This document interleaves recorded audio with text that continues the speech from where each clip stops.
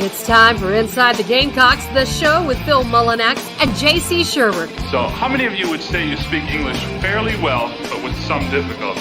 Fat, drunk, and stupid is no way to go through life, son. You play to win the game. Now, let's take it away, J.C. and Phil.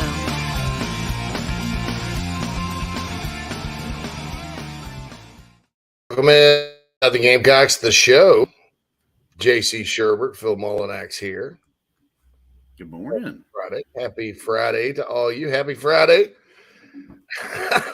What a difference a day makes. I don't know, man. I got up last night. I was just sitting there thinking. I was like, this Dole Loggins thing, or Logans. I don't know how to say it. I'm going with Loggins because I've been to the danger zone, Phil, and I don't care who knows it. That's right. That's right. Anyway.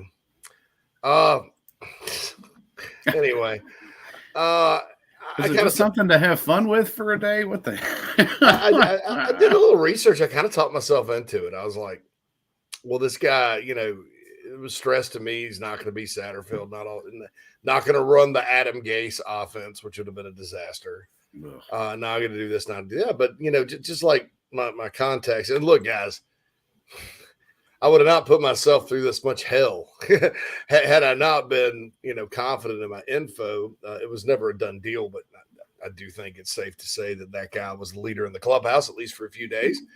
There was talk thrown around there about him running the Browns, and I believe the offense would have looked, in terms of play calling and formations and things, a lot like what they did the last 2 weeks of the season. And I think the idea there was a guy that's coached quarterbacks for 10 years in the NFL. I think the NFL focus was, now that it was kind of laid out to me, was more about quarterback coaching than maybe the actual scheme.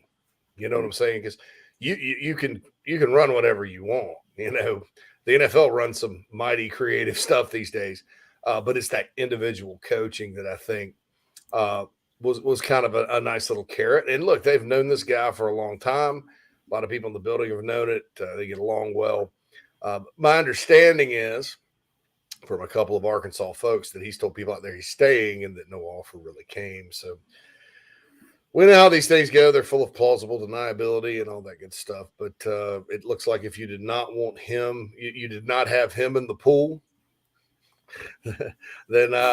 then you're good to go for right now. You're safe. The other candidates are still out there. So where do we go next? I right before this stuff broke, before I went to karaoke night, I heard Kevin Johns from Duke's name for the first time from a source. Mike Shanahan's name for the first time. I heard Joe Brady's name for the first time from a source.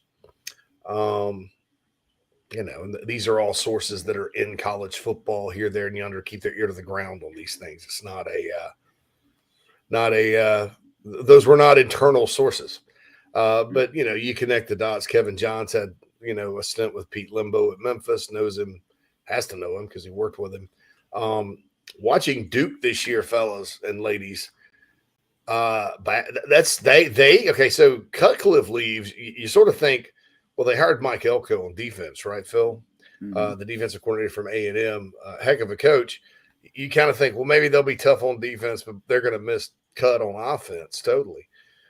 Well, all of a sudden, this guy gets there with Elko, and man, they are the most physical freaking run. They're the most physical run team from Duke since I think they had Randy Cuthbert when Steve Spurrier was there.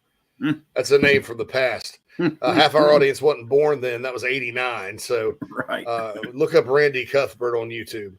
But their physical downhill run game, but then they also have kind of like a Mike Norvell-esque pass game over the top of it. I like that. I like the combo. And look, Duke going 8-4 this year. I mean, who'd have thunk it? 3-9 when the winningest coach in school history leaves. They hire a D coordinator from, A&M, and you're like, well, Elko. Hello, Mr. Elko. Rebuild is what that reeked of, right? Yeah. Hey, Vince, I don't know. Phil, can you look up what bowl Duke is going to? Do you know what bowl? Yeah, let's see here. Let me figure it out here. Because that will be of interest, especially if it's early.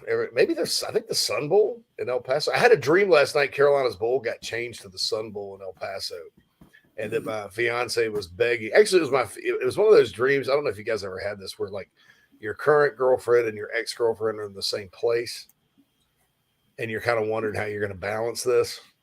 That happened. Carolina was at the Sun Bowl. And they both were like, don't cross the border into Juarez. Don't cross the border into Juarez. Welcome to Juarez. I wouldn't go anywhere near Juarez. But I do like that bowl game. We did Military Bowl. Oh, up in Annapolis, right? Yep. DC, Annapolis, Maryland. Yep. The Military Bowl. So I think that's a heck of a bowl game. Virginia Tech's been up there. North Carolina's been up there. Annapolis is a beautiful place, by the way. For those of you that have ever been up to the Maryland shore. We have John Barbour, JB Kingman Cock. Bigger news to come at 11:15. That everybody's looking forward to that a whole lot. If you guys have been on the Big Spur since the mid-2000s or late 2000s, you know all about bigger news to come. If you're on Gamecocks Central, the year that Carlos Dunlap was a recruit, Yeah, you remember bigger news. Bo. Those threads were a lot of fun, and John's a huge Gamecock, has some connections, very demonstrative, and also owns Express Sunrooms, our lead sponsor, the title sponsor of the show. And he's going to tell you about Express Sunrooms a little bit too. But he has, normally we don't always bring advertisers onto the show. Because you don't want to turn it into an infomercial, but he has a lot of editorial value, so we're gonna let him come on and pull it like that. All right, Nana Sports chat box. Look at my hair, by the way. I don't have the visor today. I was on the phone. Are you using some product this morning? No, that's called a cowlick, Phil. No. Haven't even showered today. It's been a rough few days. I wouldn't know. I did buy some new soap called a Man Bar. It smells delicious. All right, so Nana Sport, award-winning Nana Sports chat box. By the way, that's right. Jerry says, "Good morning, fellas. Great day to be a Gamecock." And with the news about Loggins, everybody's happy now. Will said today's a brand new day, especially compared to yesterday. Yeah, it sounded like a death march in here yesterday. And look, I was a little taken aback, man. And usually I'm pretty quick to think about things. I just had to process it, and by the time this morning came, I was like, look, it's just it's unhealthy to have a riot and tear down all the good things about the program because of a stupid coordinator hire. I mean, that guy, their coordinators are very important. But look, man, that's not a reason to like run off Juice Wells and Spencer Rattler and not get recruits and stuff. And that, if you have a Tennessee level Shiano riot over a coordinator, you're gonna be the laughing stock of the country. And so I tried to calm everybody down. But it puts us in a difficult position. It's like you're not trying to spin it, but you just want everybody. All right, everybody, take a breath. Just take a breath. So I think all's well that ends well. I will caution you. I can't rule Doyle Loggins out. So you may still have to pour yourself a big Doyle Loggins, won't you? I'm going to still use that, by the way. Oh yeah, of course, yeah. I'm not going to pour it down your throat, but we'll still talk about it. Oh, yeah. Stop by. Enjoy just sitting back and watching your family rip itself apart during the holiday season. Well, grab yourself a quiet corner and crack open a Dole Loggins. Beautiful. That's beautiful, Phil. Anyway, Krieger says, good to hear the hire is less imminent. I still think it's going to be next week. I shouldn't have used the word imminent because I was told next week, right? So I shouldn't have said, because people were like watching for planes and an announcement and stuff, and it was never that far along. That's my dumb butt fault for not including every piece of information that I had. Krieger says, I'm kind of wanting Graham Harrell now. Clint says, I still want Riley or Browse, but Harrell wouldn't be bad either. Jan says, not asking who it's going to be, but can you eliminate who it's not going to be for the names we've heard outside of Dan Mullen? Eliminate Dan Mullen, eliminate Phil Longo. He went elsewhere. Yeah. I think, based Buster Faulkner, Georgia's analyst that kind of coached up Stetson Bennett. He would love the job, right? From what I'm told, but he hadn't. There's been no contact there. So that's the deal right there. So those guys, I tend to think that, like Graham Harrell is a name that's been floating out there that I've heard here, but I've never heard it from anybody on the inside. I mean, it very well could be him, but I've never heard that from anybody on the inside. Have heard Garrett Riley's name, have heard Kendall Brow's name, have heard Kevin John's name. So we'll see about that. Daddy O says, with Loggins News, a test run to get feedback. No, he was the leader in the clubhouse. I don't know why an offer didn't come, but I'm pretty sure that was, and I don't think it had anything to do with outrage on the Big Spur. That's ridiculous. I think there's just been some new developments, maybe, and look, that guy's at his alma mater. He's happy. He's well liked out there. Maybe it's not time for him to jump into a coordinator job. I will say this, even though all of you, just because the resume is probably, in my opinion, and rightfully so, not attractive to South Carolina fans right now, because there's been a lot of, experimental stuff and all that, right? Yeah.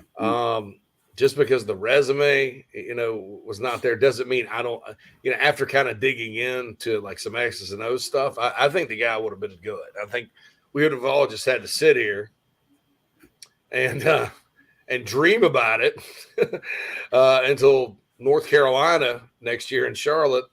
And that's a long time for negativity to creep in, Yeah, it's 8 months of having to stave it off. It'd be a little tough. Yeah. Nana Sports chat box. Coach Red Bayou is looking at property on Lake Murray. I know Coach Red Bayou. This is Coach O, by the way, in the summer. I coach with him at Waffle Lafitte High School in Louisiana. We had crawfish together one time. Go Tigers. All right. Chucky says, give us the lowdown, JC. JC went all danger zone on us, 76 says. Mm-hmm. Xavier says, do you think he was the front runner and the outrage changed that? No, the outrage is kind of contained, because I was worried. There were some people making comments on Twitter, but it wasn't like a Tennessee Volunteers. Clay Travis didn't get involved. I mean, it wasn't like that. And I was like crazy, on that one. So we got to get to John, I guess, because we were right up against it. Yeah, he just popped in the box here. So we'll hit our first break, and then we will bring him in. Yeah, Big Rooster does make a good point here. It doesn't need to be a big-time proven OC, just someone to continue what we did the last 2 games. Well, my understanding is that's what Loggins is going to – that's just about what everybody's going to do. You're going to see that style of offense. All right, quick break. John Barbour, bigger news to come. Bigger news to come, the show. It's never been a video or audio format. So bigger news to come, the show. John Barbour coming up right now after these messages on the show Inside the Gamecocks. Right. Golfers and wannabe golfers, former Gamecock golfer Meredith Taylor is now a full-time golf instructor in the Midlands of South Carolina. In-person golf lessons are held at the Country Club of Lexington. Half-hour, hour, on course 9 or 18 holes. And if you're outside of South Carolina, Meredith conducts virtual lessons. Just send in your golf swing for analysis. Gift cards are available for in-person 1-hour lessons. Connect on Twitter at Mayor Taylor and find her online at McKellarEnterprises.org. Her email is on the website. Schedule your next lesson today with Meredith Taylor, former Gamecock golfer. Gamecock Nation, do you need a place to stay for the big game? Many hotel booking engines keep all the commissions, but at Fan Plans, you support Inside the Gamecocks, still earn your hotel loyalty points, and you receive an email with direct confirmation from the hotel. Whether you are visiting Columbia to cheer on Carolina or hitting the road to follow the team, get in the stands with Fan Plans. This is Coach O. Now back to the show. Go Tigers in the summer.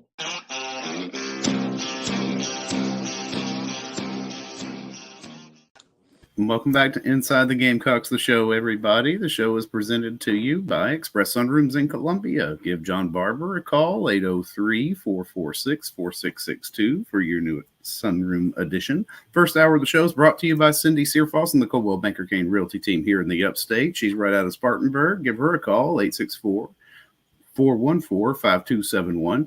And we're joined by none other than John Barbour from Express Sunrooms. Morning, John. How you doing today? What's going on, Phil? JC? Oh, man. Mm-hmm. Hey, what's up, man? John, it's a little bigger news to come. Video, audio style, man. It's the first broadcast version of it. Glad to have you with us. Everybody's been excited about it that I've told that remembers from back in the day. And, it was such a popular thread and a fun time covering the Gamecocks, right? You put that up, people just go on and on and on. It was probably one of the first super popular independent threads that was a lot of fun and all that. Man, well, I'll tell you what, JC, when you go back and you think about the first time walking into never forget, first time I met you was at the Holiday Inn in Starkville, and me and Keith, the Cockfather, walked in, and we kind of sat down, and that was the birth of the site. And from there, what's amazing is as much fun as that was. And man, we did drop some bigger news. I was blessed back then to have a business, and a lot of the guys, Sidney Rice, Kenny McKinley, Norwood. I can sit here and go, Corey Boy. I can sit here and name a bunch of them. Those guys worked with me, and so me, I'm sitting there, and while they're working. We had a lot of conversations, man. So much so that I, ended up doing the eulogy at Kenny's funeral, and just a lot of great times. And the neatest part of it all is that through all the years and went through the divorce, ended up selling my part of the site. And but me and you've always just remained best of friends, and I've kept a lot of those connections. So everybody's like, well, he's old news, and maybe they're going to get some bigger news here in the next few weeks. And as we go, so I'm super excited, man. Just super, super excited. Well, first, before we get into that, tell us, we've been talking about Express Sunrooms here, and obviously title sponsor of the show.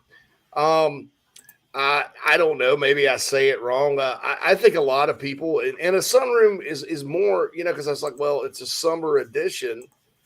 But really, a sunroom is more like something you enjoy in the winter time. So I don't know. Do most people end up deciding to go buy and get a new sunroom or all that like during winter months? Are those the planning months for that? Believe it or not, JC, my business has turned into a year round. When COVID came, everybody was staying home, so they needed extra space. So everybody in the world wanted something on the back of their home. A better way to describe what we do here at Express Sunrooms is we build what we call backyard retreats.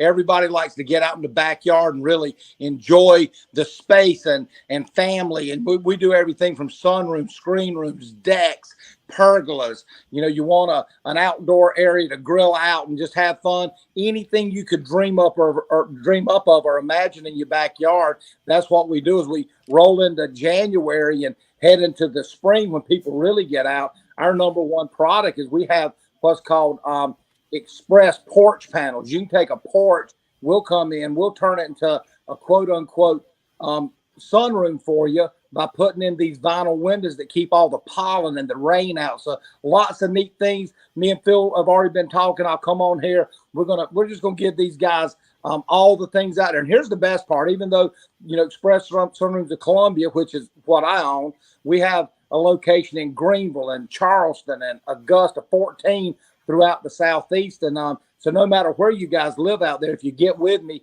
I can put you to the right person. And this is my 11th year now, JC, and we're we do 300 or 400 projects a year, and it's just really grown into an amazing business for us here in Columbia. Yeah, a friend of mine that I'm on a group chat with, her parents actually just finished a sunroom with you down there. So you got her endorsement as well. I think they heard about it on the show. Not sure completely about that yet. Maybe if it's in time. All right. So, John, Gamecocks, whole life with the Gamecocks. I know the answer to this because I've asked some people that go back to like the 50s. Never seen anything like the last 2 weeks of the regular season. Just never seen anything like it. I'd have to agree with that, JC. I'm going to tell you right now, it's so funny. We just had to kind of tie Express Sunrooms into this real quick. We just had our annual franchise meeting down in Charleston. That's where the founders of the company are from. And Michael Gregory, who is the president of the company, he's down there. And he starts out and he says, guys, there's something I hadn't shared with you guys that I wanted to kind of go back several years. And he talks about how when he was starting and how difficult it was getting the business up and going and flyers on mailboxes. And, all of a sudden he said, and then one day, man, it just kind of happened. And we thought that he's talking about him, the business and stuff. He said, but there's been some lean years. And then about that time up on the screen, he pops 3130. Awesome, dude. I'm gonna send you the picture, Phil. You gotta post it next week when I'm on, man. It was amazing. Man. And he just we talked, and then of course he had me being the kind of the Gamecock guy, talk a little bit. It was amazing. What those 2 wins have done, JC, it's revolutionized. It's brought people out of the woodwork. People are back. They're excited. And what I found through all these years is that it's always wait till next year. But the reality of what's happened the last couple of weeks, let me tell you something, man. It's a new thing because we have a coach that really, really just lives and dies. I mean, people don't believe it when you say this, but if Oklahoma called Shane today and said, hey, Shane, come back, he's like, man, I'm where I want to be. And, we've never had that. I can't think of a time in all the many years I've watched it we've ever had that. So it never a better time, more excitement. And of course, you guys are leading the way. I've always said from day one and all the time I spent with you is nobody's better at kind of guiding this thing than JC Sherbert, man. You're my man. Thank you so much. Spencer Rattler, I think, kind of an up and down year with the offense. We all kind of know what happened. They took the guard, they kind of I've never seen a situation, John, where you put guardrails on an offense and all of a sudden it explodes. I don't, in all my years covering football, I've never seen. Usually the head coach kind of says, well, here are the parameters that you got to sort of stay within. It's a guy like Nick Saban going, run the football and protect my defense. But this was like bizarre, Rattler, though, I think that Tennessee game, obviously, and then to follow it up with Clemson, I think we kind of understand now who he is as a player. And I think he's probably leaning right now toward coming back. How excited do you think people should be if he does come back next year and does continue his, high level of play? I mean, that could be a historic season for a Gamecock quarterback. And we lost John. Oh, he's gone. No, there he is. Hey, bud. You're muted, John. Turn his mic back on. Hang on. Lost your mic, it's bud. On his end. Yeah, it's on his end. Yeah, you can't hear you, man. You gotta fix it. Fix it. All right, John's gonna fix it. But no, I do think that somebody was writing that today about Rattler, and I was thinking about it. Can you hear me now, guys? Oh yeah, there you go. Yeah, all man. right, so go ahead with the Spencer Rattler take, man. Yeah, here's my take on that, JC. First of all, I do feel like he's coming back. I think that Shane's going to be, everybody's kind of in an uproar the last few days, but I think Shane's, kind of realizes that he's someone that kind of feels the pulse of the fan base and the importance. I think he'll bring a guy in that Spencer is going to allow Spencer to go out and play, because with him, that's what you got to do. I mean, the guy just he's amazing when you put him in the right situation. And I can only imagine bringing in a guy who'll spread it out, yet have a good running game. If you allow him to do it the right way, next year could be really, really special for Gamecocks. I mean, it's an exciting time, and especially if Juice comes back with him. And I'm hearing that might be happening as well. Yeah, Juice Wells, I think, he was sort of, I mean, I don't know, maybe I don't want to say, yeah, I'll say it. He wasn't used right consistently during the entire season. But, all year, John, I'm sitting there yelling, get the ball to Juice Wells. I thought he's special. And boy, those last 2 games, man, 20 catches. I mean, he looks like, I don't even know if Spurrier had a guy like that. Maybe similar to Pharaoh Cooper a little. I don't know. I don't even know who to compare him to from that era. But boy, what a special talent. And then getting that first down at Clemson on the screen, that was just all guts. That was, so, Yes. I mean, how does he compare to some of the old school receivers that Carolina's had, the great ones, to you? Man, I tell you, he, when you start listening to receivers, there's been some great ones, but he's as good as it is. I mean, he's Percy Harvin good. He's a guy that can do so many things, and just every time he touches the ball, there's a chance he's going to take it to the house. And you just came up with or said what I was going to say, JC. That play, probably the greatest play of the year for him, was that third down. I mean, that was amazing. And he's special, man. I'd rate him right off the top without even kind of breaking it down, top 5. Talent-wise, probably top 3 that we've ever had, and to be able to go out in the portal and bring a guy like that in, I'm super excited to see what the portal does for us again this year. And of course, me and you experienced this back in 10 with Shane, and really getting to know him well back then. With the site, Shane can go out and reel them in, man. I'm just telling you, Gamecock fans have no idea what's in front of them. Yeah, I mean, I think things are at an all-time high. I think, and John, were you at the Gator Bowl back in the 80s? Did you go to Gator Bowl? Oh, yeah, man. I've been to all the Gator Bowls. I remember the first one that when Rick Tricano got hurt and they brought in a young kid named Dan Marino and broke our hearts. Right before the half, Willie Scott catches one and makes it down inside the 5, and time runs out before we could score. Right on to 84 with LSU. I've been to them, man, and we'll be there again this year. I'm super excited about it.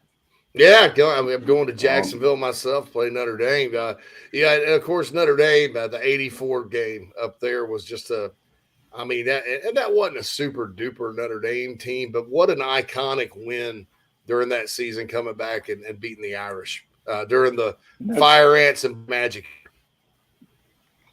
Man, I'll tell you what, when we start talking about those times, you can't help but get excited, because those are the teams that kind of laid the foundation for when Spurrier came in and really had us on the highest highs we've ever been on. And who knows if my man Joe hadn't passed away on us, where we might have been as a program. Yeah, absolutely. Well, there we go. Bigger news to come, and a lot of news we are tracking. So next week, John, we'll probably have a lot of news to talk about, recruiting and coaching searches and stuff. But I want to get your feet wet on this segment today, man. It certainly is great to have the return of JB Kingman-Cock right here on Inside the Gamecocks, the show, and certainly appreciate the clarification on Express Sunrooms, because backyard retreats. We do backyard retreats, man. Listen, get back there, let your vision run wild. Call one of us. We have experts. We come out, we'll do a free in-home consultation. Doesn't cost you a dime. We'll listen to what you're looking for, and then we'll kind of help you guide and make that dream come a reality. That's outstanding, John. Nice. Well, we appreciate it, man. Bigger news to come, ladies and gentlemen, right here on Inside Can't the wait Gamecocks till show. next week. Yeah, see you next week, buddy. man. Take care, bro. You got it, bud. Thanks, guys. John Barbour, bigger news to come. Very excited. First, got his feet wet a little bit here. That's right. Welcome, John. Love it. There's more coming. Yeah. There's bigger news to come. Trust me, and all that. Backyard retreats. I like that. I mean, JC, we spend a lot of time on our porch too. So, kind of closing that thing in would be nice. Keep the heat in. I've been on your porch, dude. I've had a lot of great times there, Phil. Don't get me wrong. I think I've laughed like I thought my eyeballs were going to pop out one night. I laughed so hard on your porch. More than likely. So anyway, well, look, that's just kind of one of those things. All right, so we're going to take a time for another break, second break. of the first hour? Yeah, let's go ahead and take that. Yeah, we can hit it. Yeah, lots of good questions in the Nana's Porch chat box and information, some clarification I have to do, and all that good stuff. So we're gonna take a break, and we'll be right back. Inside the Gamecocks, the show rolls on a Friday after this. Hey man, are you sick and tired of your business computer guy? Yes, he takes forever to call me back and doesn't always respond to the requests. Yeah, same here. I'm paying him good money. I constantly have issues, and I'm worried he's not backing up my network and securing it properly. You know what, Phil? Let's ask Stone Blanton. Hey, JC and Phil, if you want a solution to your IT problems, give Heritage Digital a call. Our boy Matt Odom has a low-cost, one-price solution that will get you running right. Call 843-699-1001 or heritagedigital.com and ask for Matt. He will hook you up today and tell them Stone sent you. If you're looking to sell or buy multifamily property right here in South Carolina, the Burgesson team of RE/MAX at the Lake can help you get to closing fast and easy. Adam and Derek Burgesson both are very proud Gamecocks and are more than happy to assist you with any of your commercial real estate needs all across the state. You can email Adam at aburgesson@remax.net. That's ABERGESON at remax.net to get your next deal underway. The Burgesson team, proud sponsors of Inside the Gamecocks. Family vacations, a new car, a new boat, all cost money, but you don't necessarily have to make more to afford any of that if you can save cash that's flying out the window now. iHelp Consulting can help you finally get the kids to Disney World, upgrade the minivan, or drop that new boat in the water next summer. Let Daniel and iHelp Consulting consult with you. No fees, just savings. You pay them a percentage of those savings. Save on essential services, credit card fees, you name it. Let them find it. These folks are incredible. iHelpConsulting.com. How can I help? I used to be president of the United States, and I love the show with Phil and JC. Welcome back to the show, everybody. The show is brought to you, of course, by Express Sunrooms of Columbia. We just met John Barbour. Big personality. Love it. He's going to be fun to have on weekly, man. But give John a call for your backyard retreat ideas. They're happy to talk to you. It's a free in-home consultation, 803-446-4662. And then, of course, the first hour of the show, as always, is brought to you by Cindy Searfoss and the Coldwell Banker Realty team here in the upstate. Cindy's right out of Spartanburg. Give her a call, 864-414-5271 for all of your residential real estate needs. We got blowing up chat box here, JC. It's like there's nothing to talk about again today. Everybody's speculating, and I think people have calmed down a little bit. We've all taken a breath, sit back, take a beat, just kind of, all right, there we are. Yeah, I'm gonna say this too. I kind of get a ding dong, the witch is dead feel from some of you guys, but remember what happened in the Wizard of Oz. Ding dong, the richest the wicked rich. Yeah, well, guess what? Guess what happened? Her sister. Her sister. Ugly sister. Let me use another analogy from a movie. You remember in Monty Python and the Quest for the Holy Grail? I'm not dead yet. I'm not quite dead yet. I'm not quite dead yet. I'm feeling better. I'll warn you. I'll warn you. I said his percentage was dropping. There are people talking about him staying at Arkansas from the Arkansas Inn. I've gone from thinking it is likely to happen to maybe not as likely. You never know, though. You circle back, you do that. Clint, there is a picture of Marcus Satterfield out there on a recruiting trip. He's got his zipper down. So that's one of those things. So hold on, I'm gonna have to find that. So I don't know. Yeah. I don't know. John just texted me. He was like, "Hope everybody liked it." And I'm like, "Man, yeah, I'm sure it'll be great." Have it back next week. Everybody's gonna love you, man. Yeah. So that's one of those things. But anyway, so that's the deal there. But I can't rule him completely out. So just don't rule out the danger zone offense yet, right? It's not to damper anybody's day. Just saying these things are fluid. I mean, remember,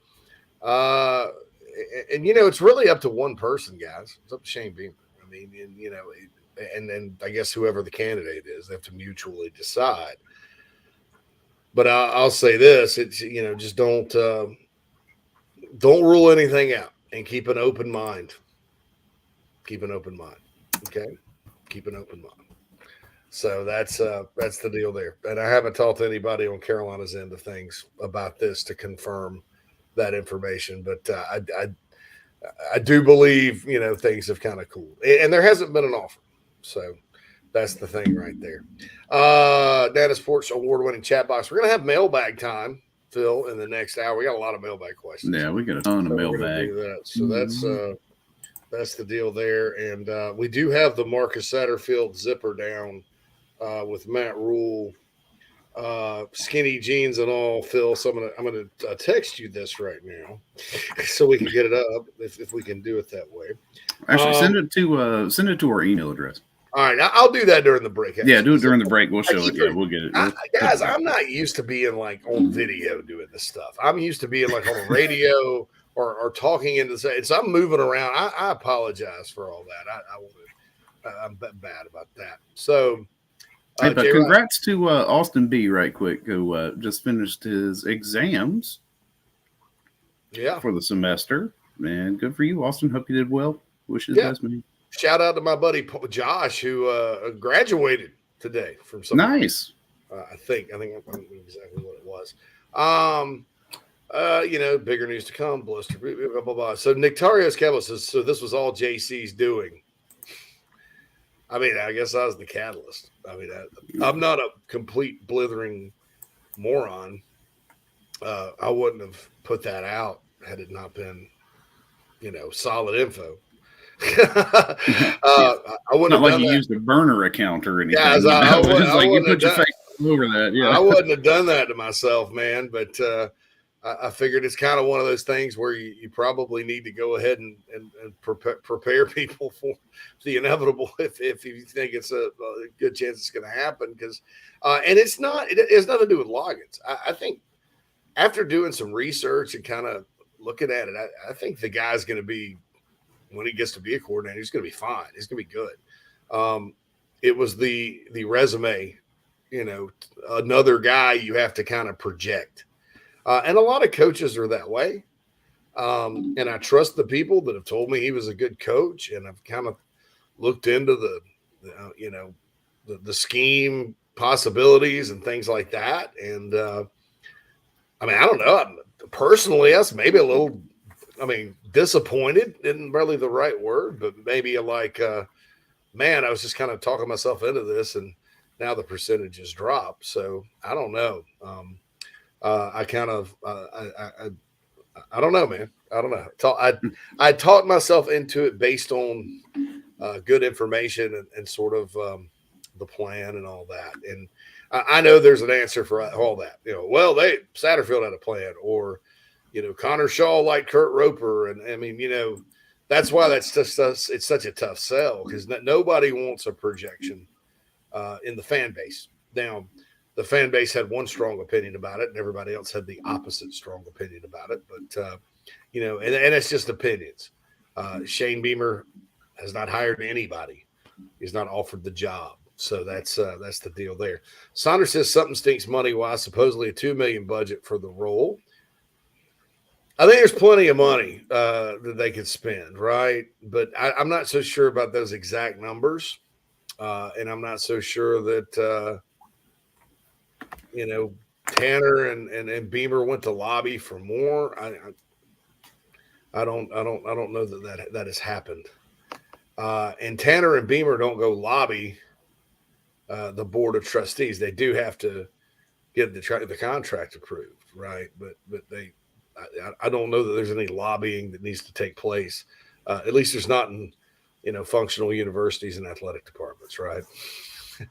So that's the deal there. So I'd be, if they pay $2 million for a coordinator, it should be Garrett Riley. You're gonna have a name for that. Yeah. So that's the deal there. Congrats to Austin on his finals again. Berg says you're correct, John.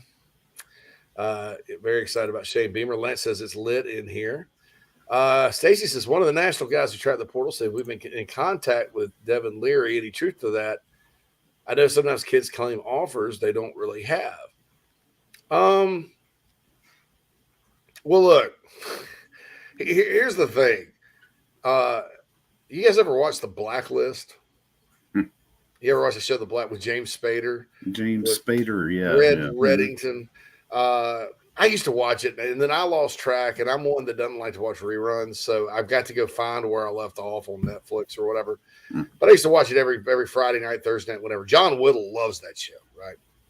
And still watches it. So I need to kind of figure out where I'm at. But one of the things, his helper shows up one day, and she's like Redmond Reddington prepares for all contingencies. Well, I could say the same thing about Taylor Edwards, Shane Beamer, those guys. Rattler looks like a good chance to come back. What if he lights up the bowl? What if he, his stock's up? What if he's told first or second round?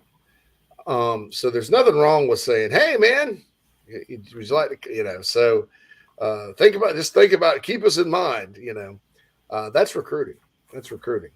And so I don't know exactly, if they take, I don't know any details on that, but I also, I also know that, there's a lot of phone calls that take place, not a lot of, there's sometimes unserious interest in guys, if that makes sense. So that's it. Brian says, morning fellas, heard last night Mazio's 5'6". If that's true, does that matter? He's bigger than that. Yeah, man. He's taller than that. Yeah. That's a Clemson fan trying to fill your head or Tennessee fan trying to fill your head on something. Saunders says, any update on contract talks? Is that what's on the docket for the board meeting this coming week? No, they get the contract done, and then it goes to the board. I'm sure they ask him, hey, would this work? So that's the thing there. So I think Shane's probably going to double his salary, will be my ballpark estimate. Maybe less, maybe more. That kind of thing. Mazio's 5'11". Jan says, do yourself a favor and go out and read Brian Ellis's bio at Georgia Southern. Yeah, now this guy, Brian Ellis, Georgia Southern triple option historically team. Ellis was at Western Kentucky. I think he knows Clayton White too, so he'll be on our hot board today. They bring in Zach Kitley and Bailey Zapp, so Ellis becomes the co-coordinator, despite having a record-setting offense. But hey, they had the opportunity with the quarterback and all that. So then he follows Clay Helton to Georgia Southern. Now Georgia Southern, historically, triple option team. It's like Navy or wherever. That's why I think did Paul Johnson coach at Georgia Southern? Yes. Paul Johnson coached there. Jeff Monken, who's an Army coach there. And he goes out there and lights up the scoreboard. And I think they had the number 4 or 5 offense in the country, Georgia Southern, this year. And they beat Nebraska and sent Scott Frost packing. So that's the thing there. Jan says it's Stone Blanton. But we know this. Guys, we will fix it. I can either sit in there and pull all the commercial breaks out and redo the whole thing, which takes an hour, or I can try to keep up with the offensive coordinator search. What would you like me to do? Stone won't mind. Carolina Titans says, I kind of wish we could get Sean Elliott back coaching the O-line. Yeah, can't rule it out. I'll just say that. Realistic Joel, Liam Cohen back to UK as OC. Was that true? Yeah. Oh my God. Look, man, I don't know. Liam Cohen, good job. I just don't like that. Maybe he says, how'd y'all manage to get Bill Clinton to endorse the show? He's a personal friend of mine. Slap me down there, Bill. Is there a limit to the number of official visits players in the portal can take? Yes, I think they only have 5 like everybody else. Weather Weave in the upstate. Nectaria says, always look at the bright side of death. You'd probably think that somebody had died yesterday. Maybe says, it's mostly up to Jimmy Sexton. Jimmy doesn't get involved with a lot. Coordinators, he has some, but not all. It's usually like his minions. JC win against Notre Dame. New OC, huge recruiting finish and domination in the portal again. That's my boy. If you ever notice this post on thebigspur.com, it's almost 90% Ric Flair gifts. Oh, is that okay? It's amazing. And I'm gonna say this about Burgo Bob or Burgo B. Okay, if he ever says anything about Shane Beamer and the coaching staff, take it to the bank. Just saying that about that guy. We love you, man. We love you, Burgo Bob. Yeah, man. David says, what other candidates has Beamer got on the short list? Our hot board will be out. We're included. I mean, I think some of the additions are like Joe Brady, Mike Shanahan, some other guys like that. And we took obviously Longo's off, Mullins off, some other guys. Clint says if you have to talk yourself into something, JC, this information. And I'm usually like, if I can see something in my head, I'll be like, all right, I'll get involved with it. And I was just worried, man. Look, because like, I'm not blaming Carolina fans for openly questioning it, because at some point you kind of feel like you're in Groundhog Day. If oh yeah, everybody's we'll get a new OC, and then it's another guy you got to project that you have no idea what's going to happen. Yeah. That gets scary when you're talking about having a big season next year. So I understand that. I just, the overreaction, I think could be potentially damaging. Now, I said that, so everybody's going to go, if this guy eventually gets the job, JC was lying to us. He was just trying to get us to not protest. That's right. Just trying to quiet us down. Yeah. No. I wouldn't do that either, man. I mean, I love myself too much. So again, keep in mind, I love myself too much. Adam says he's going to be our next Kenny Irons, the one that got away. Are you talking about the running back from Dutch Fork that Clemson offered? Honestly, they need a second back. I don't know why I would probably, if it were me, like sometimes you can over evaluate a kid. Like you can say, well, he's not that fast. Well, he's not that big. Well, he's not that this, and then he's just a ball player. Those things exist, folks. Ball players, they're just a ball player, and that's kind of how I see that kid from Dutch Fork. I think Clemson and Dabo are doing the right thing taking him. I mean, they do need running back depth, but I don't think he's going to end up like Michael Dukes and have to transfer to South Florida or anything like that. I think he can hang at Clemson. There's one tight end this happened. Trey Kenyon gives up football. I know. I hate to see that. Whatever the reasons are, I hope, wish the best for him, I guess. Is it injury related? Do you know anything any further? No, he's just one that, I mean, Trey got so much better, right? Mm-hmm. Because he never, from what I was told, but when the previous staff was here, he really was a guy that they didn't think would ever play. Loved the social aspect of college, so to speak. And Eric Kimry did a great job getting him right, putting him on the right path. And he got better and better and better and better. But I think some guys just get done. I mean, it's been 4 or 5 years. He's older. Maybe he wants to start a career. He's got a job, maybe a big job opportunity. I know a guy that played football and actually did not come back. He had a year of eligibility left. He's a pretty good player, but he got a job selling medical equipment, which I guess in that particular state he was in that particular field, it's an extremely hard job to get. But when you get it, you make bank, selling, I guess, artificial legs or I don't know, whatever medical devices. Hey, would you like a leg, sir? Yeah. Or it's like the lunch lady on Fried Chicken Day. Leg or breast? That's right. Or thigh. Prosthesis. And it's my understanding he graduated too. So yeah, it's probably a job. Feels like Beamer missed on his top option, and that's why we're so far in the weeds on this search. I don't think so. Okay, how's Cade Bell from Phil? The school you went to, Western Carolina, not popping up on any offensive coordinator searches. 300 passing, 100 rushing, along with Tennessee, Fordham, USC, and Incarnate Word. I don't know. I'd have to look into him. Carolina Titans says best show ever. Pike says, JC, in your opinion, why is the coaching search being kept so tight-lipped? Well, did we, Wednesday night, obviously, so some information got out. That's why. That was pretty legit.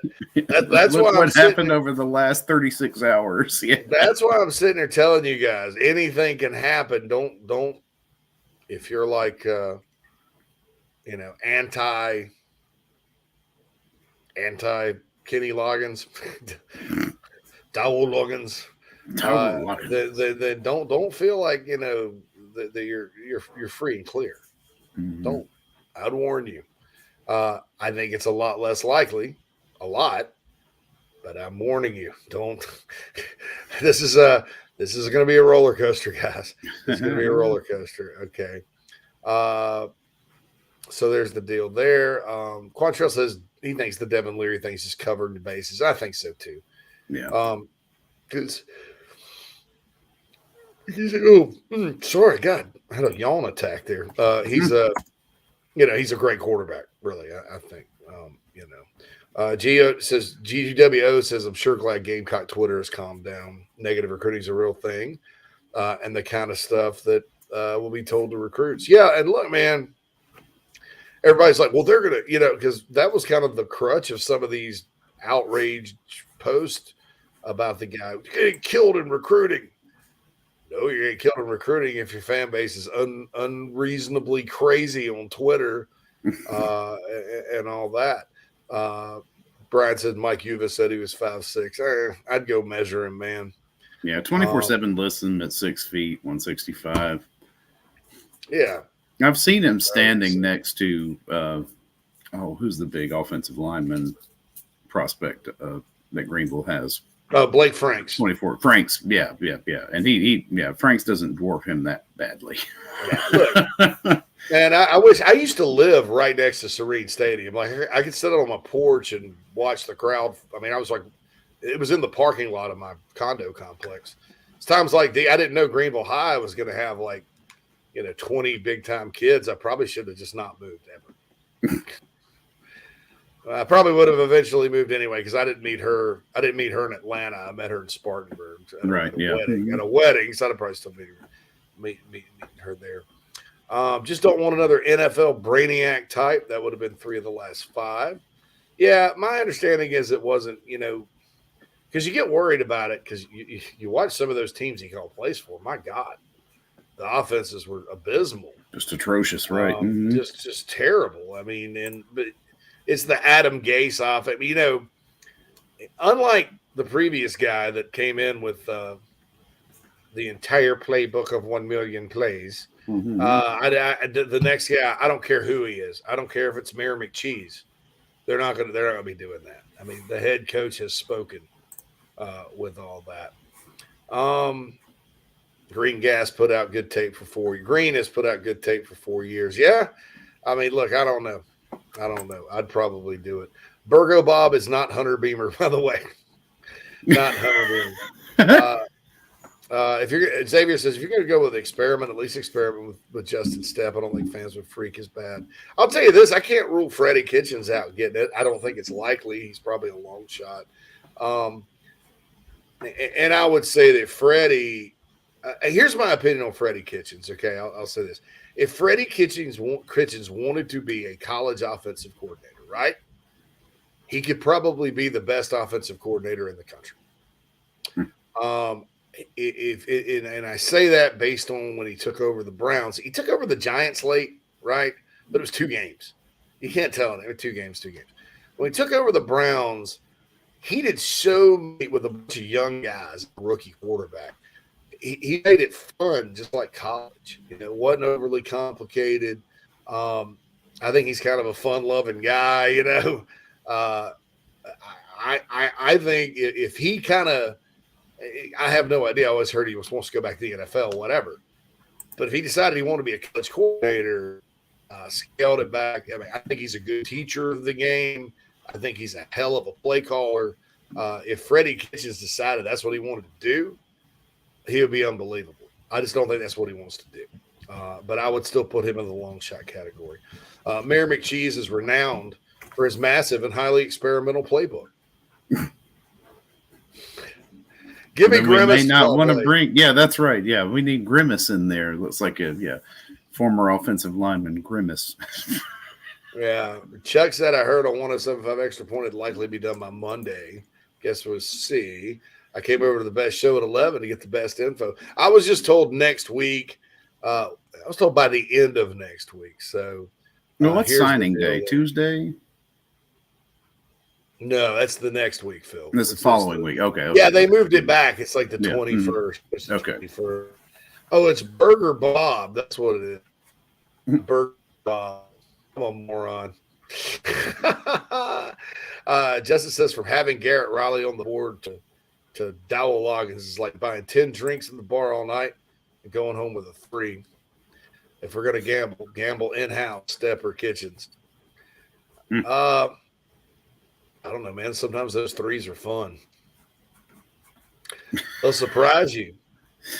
You may think she's a 3, and then all of a sudden she fixes you some pancakes in the morning and brings you your newspaper. When you had newspapers, this was my life was like that when there were newspapers. You like her cat a lot. She snuggles. She has a good heart. She's not going to break you apart.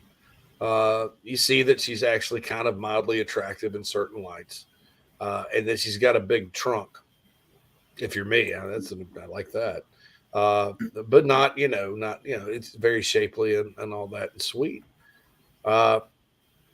And then 10 years, 20 years later, you're just sitting there and you're like, yeah, happy. So I think sometimes those 3s.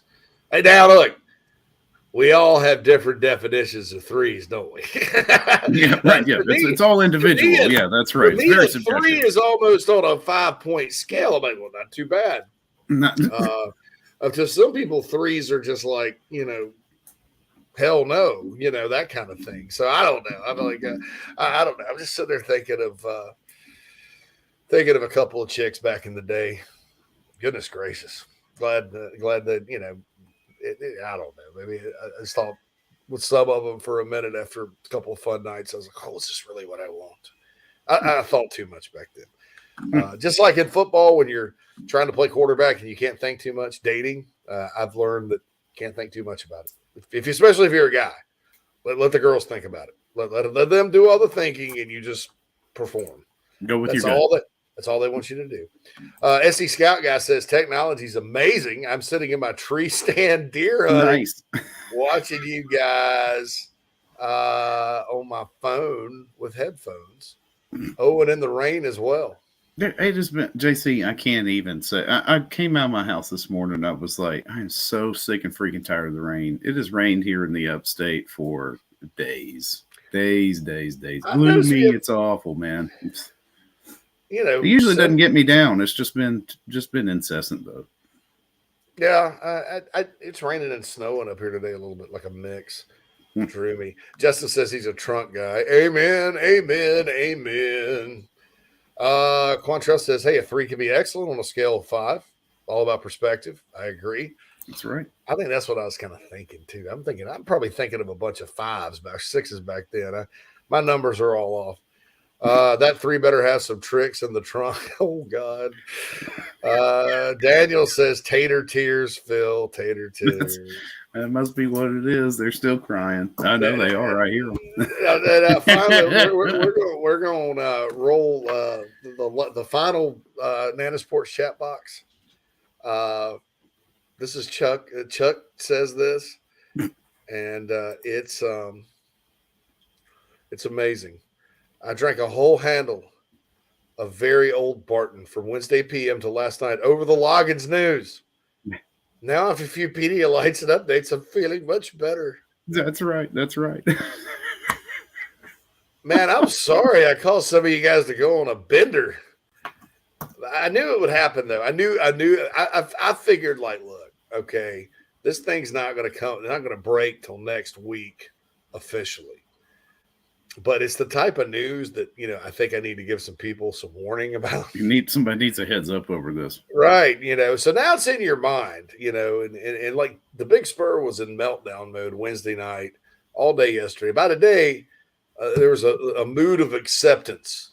Come on the board, and all that. And look, and I talking myself into it. And, looking at the resume, yes. Thinking about the plan, no. But I know you guys have heard that from me before. And everybody that's been in here that's failed at offensive coordinators had a good plan on paper. I'll tell you that right now. So that's the thing there. And Burgo Bob,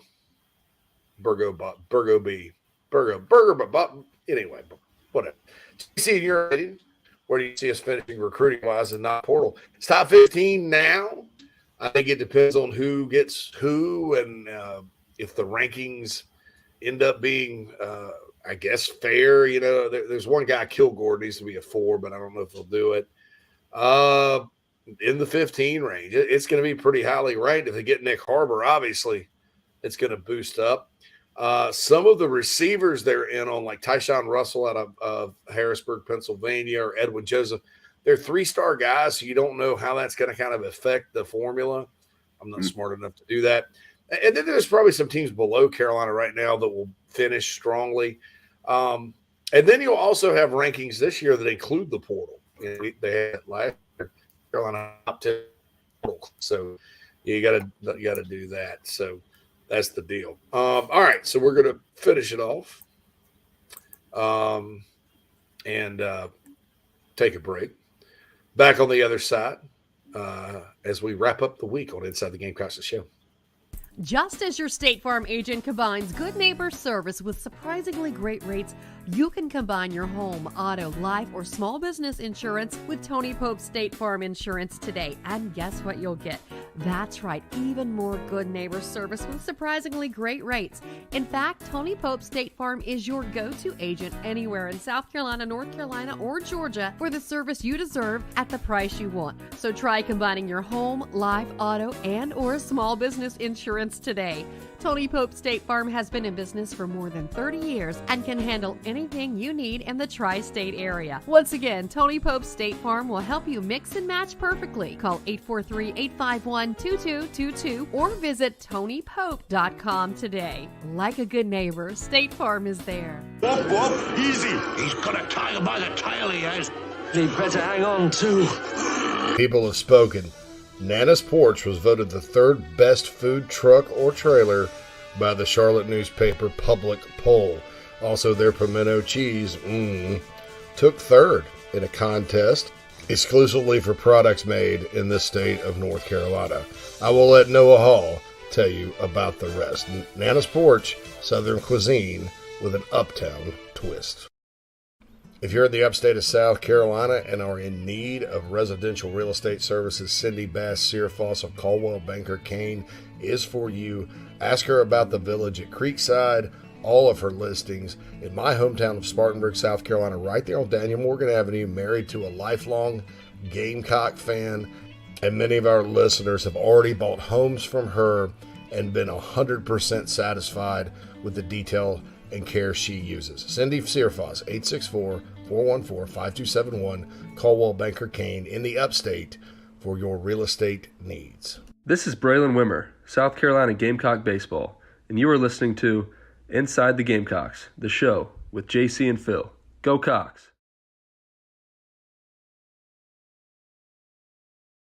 Welcome back to Inside the Gamecocks, the show, everybody.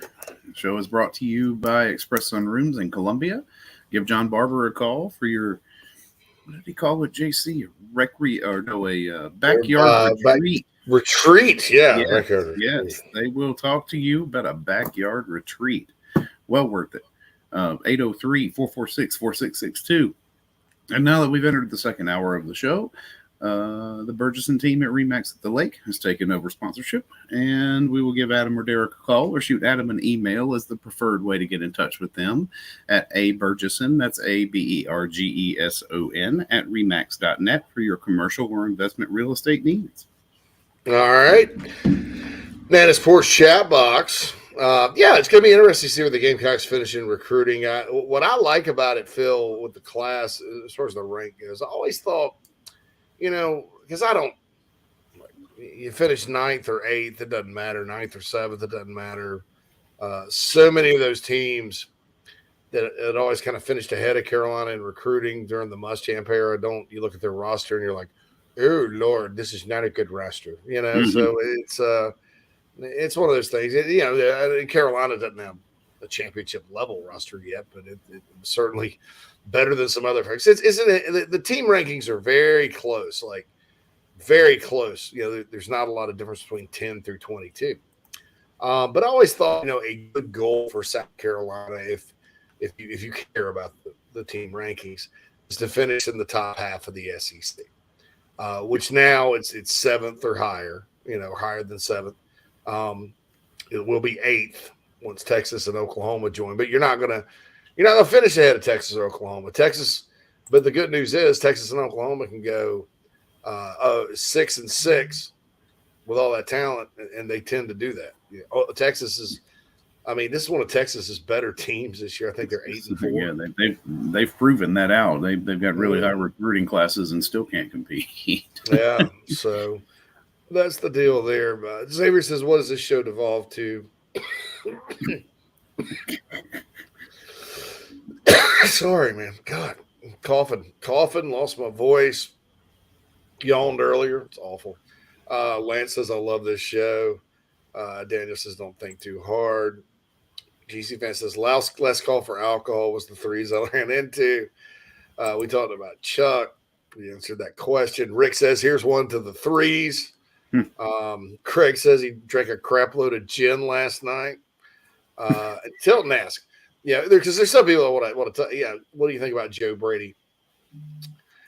I think what Joe Brady likes to run is exactly what South Carolina ran the last 2 weeks. It's what it looked like. That's right. It was very reminiscent of that LSU offense that won the national championship. Same kind of thing, man. It was kind of what everybody talked about when Beamer came in. Joe Brady meets Lincoln Riley, and then all of a sudden it was just like the 1 week it was the 76 Steel, or wait a minute, I got to get past the Terry Bradshaw era, the 91 Steel. It was just different. There was a little 1989 Notre Dame in there I saw a couple of times. That's right. So that's the thing there.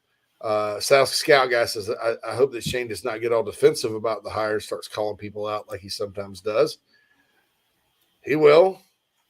If there's a negative reaction to it, he probably will. That's just who he is. And look, as long as you're winning, who cares? I don't care. It's fine. 76 says the longest news was so immediate, imminent, and not good. It crashed our party and felt like a Carolina thing to do.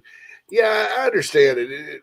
When you look at the resume, it's a shock, because I had heard his name, right? And somebody a while back, great coach. And I was like, well, Arkansas staff, this was back in September when Arkansas was trending toward the top 5, right? And I was like, well, that's good. It's that style of offense, whatever. Seems like a good guy. And then I looked at the resume and I was like, oh, shnikes. Beef sandwich. This guy, sure, offensive coordinator 4 or 5 times in the NFL, but it's all in the NFL and then not a lot of production. In fairness, he coached for some terrible teams. And in fairness, Adam Gase, after that 1 year with the Broncos, didn't really do all that much, right? So in fairness, the guy never had players and or an ideal situation. Still, as far as like my own personal philosophy on these things, which doesn't matter. I'm not Shane Beamer. I'm not. It doesn't matter what I think. It doesn't matter what I feel. It doesn't matter.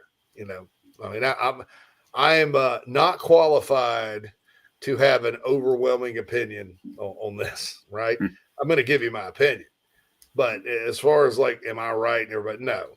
I was right about the Satterfield thing because people could see it from a mile away, right? And some of the contacts I have that pointed this out to me about the previous OC, when you ask them about, Loggins, they were like, wow, we love this guy, blah, blah. So at least if it comes to that, it won't be like the plan won't be anything like the last coordinator. So that's the deal there. I don't like I said, I can't rule it out, but I just I wanted to kind of tell you that from what I'm hearing on the other end, he's staying out there at Arkansas. And Carolina has not offered him. So Justin says, what is accepted first? Hired Loggins or Clemsuck to accept? What was accepted first? Hired Loggins or Clemson to accept that we beat them and knock them out of the playoffs? Yeah, there's some living in non-reality and disbelief over the Cade Klubnik situation. Well, according to Dabo, they're in a playoff. This is a playoff game. No, Dabo, it could have been, except y'all both ran into us. Dabo. Look, I appreciate he tries to be somewhat diplomatic whenever he's talking up his opponent. He'll always say good things about the opponent or whatever. So I always listen to his, and he goes on and on. Like he is his. Shane probably tops about 30 minutes, maybe gets to the 40s if there's a lot to talk about. Dabo is like 2 separate videos on TigerNet. It's like a chapter. It was the best of times. It was the worst of times. It was all in, hair on fire. And so Dabo, he'll go on and on and on. And he was talking, but he also said Tennessee is not structured to play defense. They're structured to outscore people. We play defense here. And then what happened? Carolina just threw it over the top of them. And it should have beat them worse than they did. And so Tennessee's probably going to remember that. They've got a good month to get Joe Milton ready to roll. Right. They've still got all those receivers. They still go faster than anybody they played this year, including Wake Forest. I don't know. I don't know if the Volunteers will win that game or not. But I would be careful about this is a play, because what he's trying to do is say this is a playoff game, and they go down there and get fired up and win the game, and then that gives them a boost into next year. We beat the Balls, whatever, just like the Gamecocks did. But I'd be careful about that backfiring. Last time Clemson was in the Orange Bowl and faced an offense like this, Kevin Steele got fired. Right. 70-33 against West Virginia. I'd be careful about poking the bear, because Clemson's players, a lot of them been to the playoff before, played Alabama and Ohio State and all this. They, no offense to Tennessee, they're going to get up because it's an SEC team and a tough team to play. But Tennessee's going to get sky high for this one, and rally around Joe Milton. Now, I think all Clemson's got to do is pressure and kind of play their game on defense. Don't play one of those games where they don't play defense for a while, and they'll be fine. H-Man said, do you think that with all the momentum we have right now would be the time to land a Riley or Browse type candidate? With Riley, it's just tough because he's in the playoff and all that. With Browse, I'll just probably say that it's probably not the opinion of some folks that Browse and Riley are kind of one and the same. They're both names, and I love Kendall Browse, but you've got to hire the person you think's a fit. Tilton says, so do you really think login is official? No. In fact, the Tilton, the percentages are dropping right now. Stingray says, still talking about Texas. Let's get Ewers after Manning gets there. I don't know, man. I don't know that either one of those guys are going to win championships at Texas. I'm not sure either. Yeah. Tough Pecker just the name with one. I don't know about Ewers though, but Tough Pecker goes, the threes are how I became so tough. By the way, when I say Pecker, I mean Rooster. Don't, just for the if the FCC. Nick says, so y'all hold info to see where it goes, or if you have stuff told to you, you post it or talk about it on here. Some info I'll hold back if I'm asked to. I mean, I never burn people on that if they ask me to, not say anything. But no, I don't believe, like this Loggins thing. I had it on. I mean, that's kind of like my, you guys have heard me say I don't like to call myself a journalist anymore because I'm embarrassed by a lot of people that call themselves journalists. not in this market necessarily, but like in politics and other sports writers, I'm embarrassed because they don't, they're basically all editorial writers on all subjects. Yeah. And I am too. I give my opinion and write columns, but I don't want to call myself a journalist.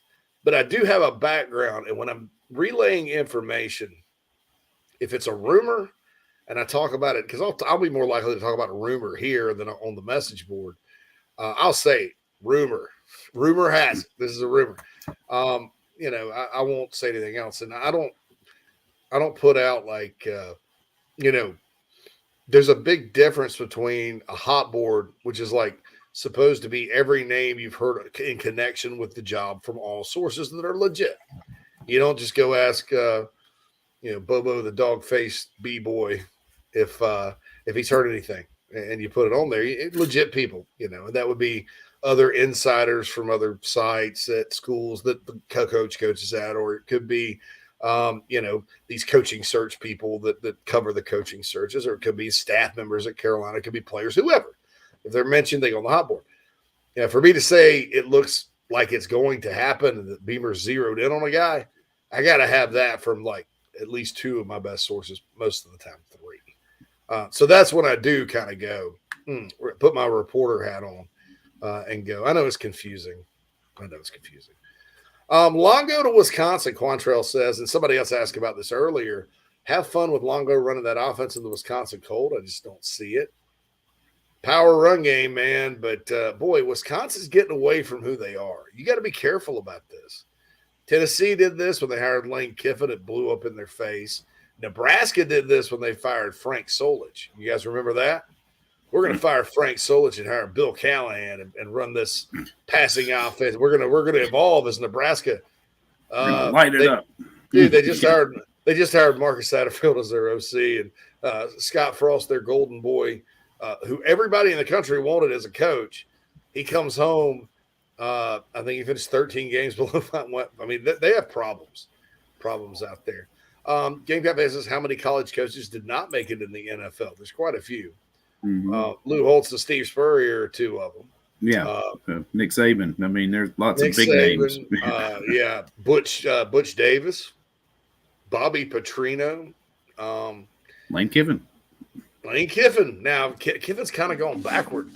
Right. Yeah. Career. I mean, he started there and then he's OC at Southern Cal, starts with the Raiders and then kind of goes backward. But yeah, a lot of them. I don't think NFL production and the fact that Loggins does not have, has bad NFL. The bad NFL production is not disqualifying for me.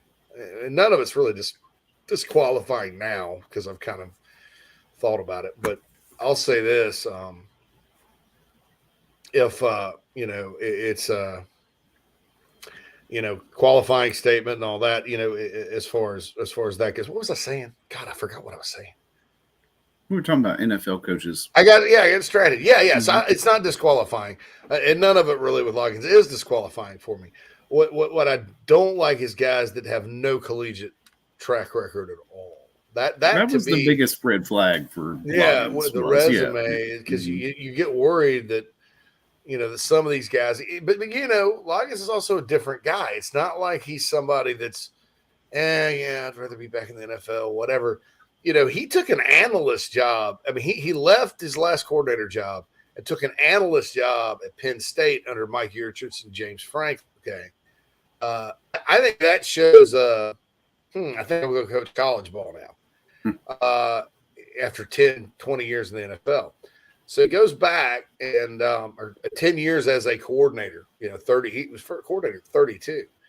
So he goes back to Penn State, then Arkansas calls him up because they got a tight end's job, and he chills out and he goes back and he's been learning the college game there. And and I'm not trying to sell him, okay, but what I thought about that maybe gave me a little more hope than with the exception of the dread I had with the message board reaction, that was dreadful.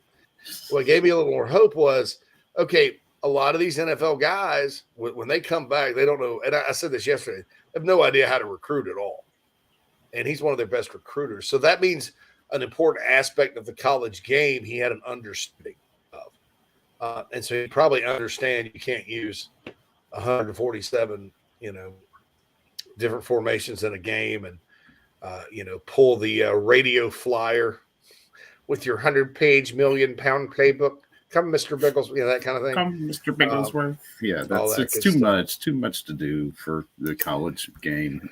Yeah. Blake said Prime got a heck of an OC quickly. Puzzles me why it's so difficult for us. It's not difficult. I mean, that's what people don't understand. Shane Beamer's operating on his own timeline. He's not out there, offering it to 7 guys. They 7 guys turned it down. Oh my God, that kind of thing. It's just a different timeline. Tough Pecker says Arkansas insiders on the board are confident Luggins is staying as of just a few moments ago. That aligns with everything I've said. Johnny says, I also believe the OC has been hired, and it's a tactic to keep Notre Dame off balance.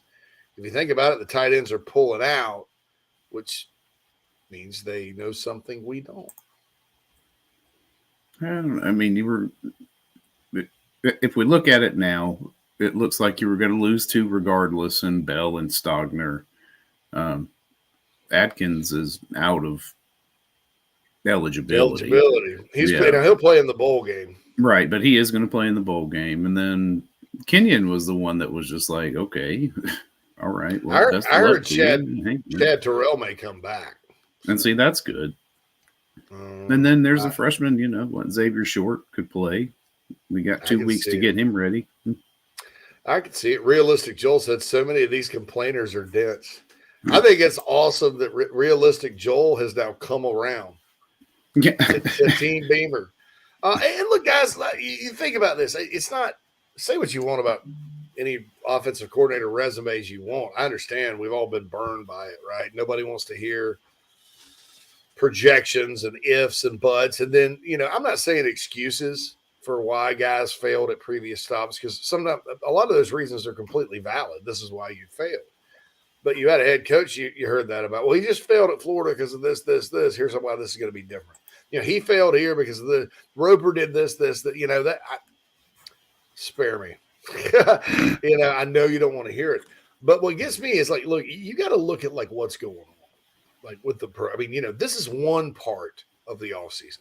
It's important. I'll say right now, it's not as important, and we talked about that, and this is probably our fault because before the last 2 weeks of the season, everybody's like, Shane's got to go fast. He's got to go fast. He's got to save the class. He's got to save the roster. Well, that so much changed because of those 2 games, right? Yeah, it really did. Yeah, it completely altered the landscape at that point. It bought you some time. Yeah, just like you said, it buys you a little bit of time. Bought him some time. So I don't think there's a rush now. And so, oh my God, why am I yawning? I don't understand this. So that's the deal there with all that. And so I don't think there's a big rush to get it done. But I think that, even if it happens, January 5th after the bowl, it's fine. I think the most important thing right now, that's what I was going to say. I lost my train of thought there. Yet again, yawning, train of thought, cough, snooze, crazy. Your phone is blowing up too. That's not helping. Phone's blowing up all day. Yeah, I know. I'm distracted. But today, guys, I have to keep an eye on it, right? Yeah, that's right. Yeah. Have to keep an eye on it. Something crazy may happen at any point. But, I think if you look around and see what's happening, what's more important? Keeping the players and having a good recruiting class, getting portal additions, winning the bowl, gearing up, continuing this great momentum, or tearing it all down and putting a blowtorch to it because you don't like the resume of an offensive coordinator hire. And I'll say that about anybody they hire. People are talking like we're going to lose all the recruits and we're going to lose all the momentum. No, that's in people's mind. That's in your mind. You choose if enough fans got so mad about something that hadn't happened yet and went all over Twitter and had like a Tennessee Greg Schiano style meltdown, Phil. Yeah, that would be different. Yeah. Yeah, that's not only going to, not only are you probably going to get a crappy OC anyway, you're not going to have any players, and it's very unfair to the head coach that just won those games. So I think there's a nice balance. You can be critical and discuss it without losing your mind, right? And that's kind of the thing there. Johnny says the thing there. 76. My whole thing about an OC position. We don't need a hopeful hire right now. Yeah, and that's the thing I thought about with Loggins. It's like the timing's just not right for it. Right. You bring in somebody that, and I don't think it has to be a name, but somebody that's really good that lights it up and he gets a head coaching job, and then you want to go hire Loggins, fine. I don't think anybody would complain as much. No. Connor says we should in no way compare what happens here with what Dion is going to do at Colorado. That tenure is going to be unprecedented in so many ways, good, bad, or otherwise. I was surprised Sean Lewis got that job and left for – he's a hell of a coach, man. And his OC is really good too, Andrew Souter. Joel says he got over his Will Muschamp PTSD. Yay! That's good. How much therapy did that require, Joel? He put his face. He put his face in the fan like it. Put his face in the fan like it. Blake said it's a major mistake to base the OC hire on if players stay. I disagree. At the same time, I don't think that's happening. You know what I'm saying? I mentioned those guys were staying because they like the guy, but those guys are staying because they believe in the program.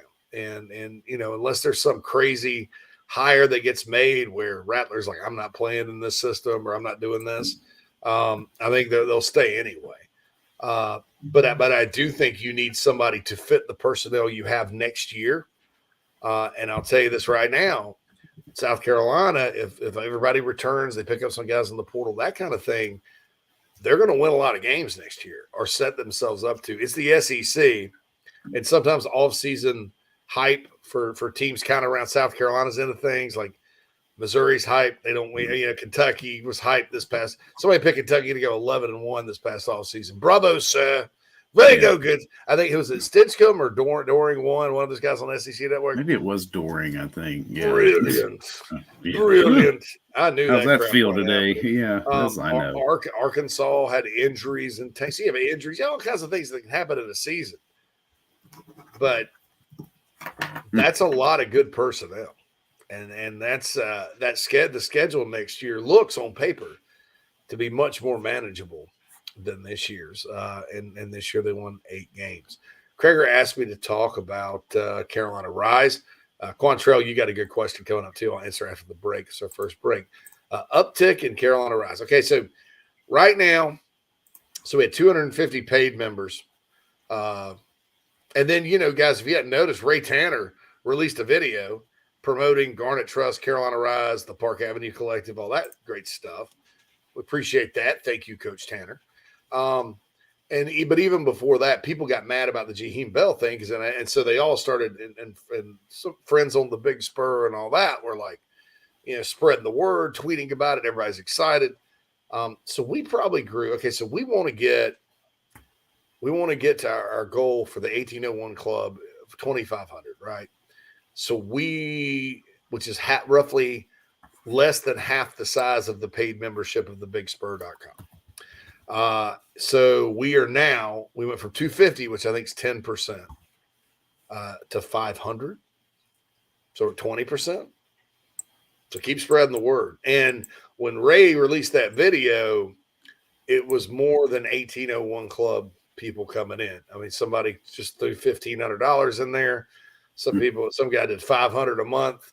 There were a bunch of 100 to 125s a month. I mean, man, it got the amounts ticked up as soon as Ray released that video. And then the daggum Dole Loggins news breaks, and it died, and 2 or 3 people were like, I'm taking my $18 back. I was like, oh, brother, oh, no. So that's it. But, yeah, whoever said Dion made a heck of an OC hire is right. Dion did. Dion has to have good assistants, man. I can't see Dion dialing anything up. Just can't. You got to think he's the epitome of the CEO head coach. Yeah, maybe he says Prime is going to win at Colorado. I have no doubt. That's what they needed to do, is go hire guys who can get people excited. That used to be a great program. Them being in the Pac-12 now, kind of hurts them a little bit, but it is pretty good. Okay, thank you, Krager, for asking that about Carolina Rise.